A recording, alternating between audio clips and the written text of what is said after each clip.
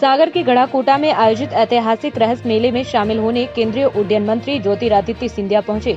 केंद्रीय मंत्री सिंधिया के साथ मध्य प्रदेश सरकार के कैबिनेट मंत्री गोविंद राजपूत, तुलसी सिलावट, प्रभुराम चौधरी और अरविंद भदौरिया भी गढ़ाकोटा पहुंचे, जहां क्षेत्रीय विधायक और पीडब्ल्यूडी मंत्री गोपाल भार्गव ने सभी का स्वागत किया। राजा मर्दन सिंह जूदेव के राज्यारोहण के उपलक्ष्य में हर वर्ष रहस्य मेले का आयोजन होता है।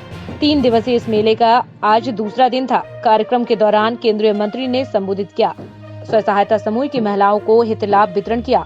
वहीं सम्मेलन को संबोधित करते हुए केंद्रीय मंत्री सिंधिया ने कहा, रहस्य मेला 50 साल पुराना नहीं बल्कि 214 साल पुराना है। यह मेला नहीं, गोपाल भार्गव का रेला है। इतनी बड़ी हस्ती आपके पास है। मेरी उम्र से ज्यादा जनसेवा का इतिहास गोपाल जी के पास है।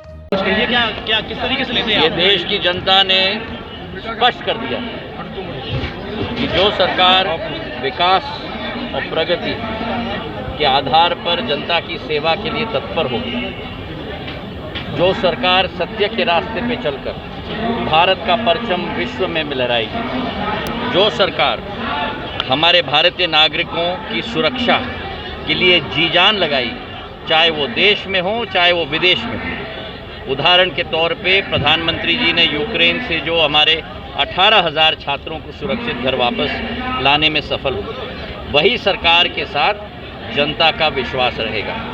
डबल इंजन की सरकार राज्य में और केंद्र में, यही लोगों की ख्वाहिश है, लोगों की पसंद है।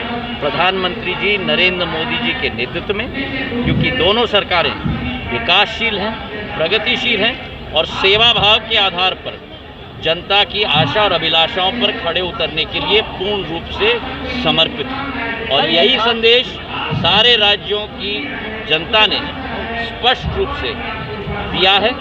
हम लोग नतमस्तक हैं हमारी 5 राज्यों की जनता के समक्ष।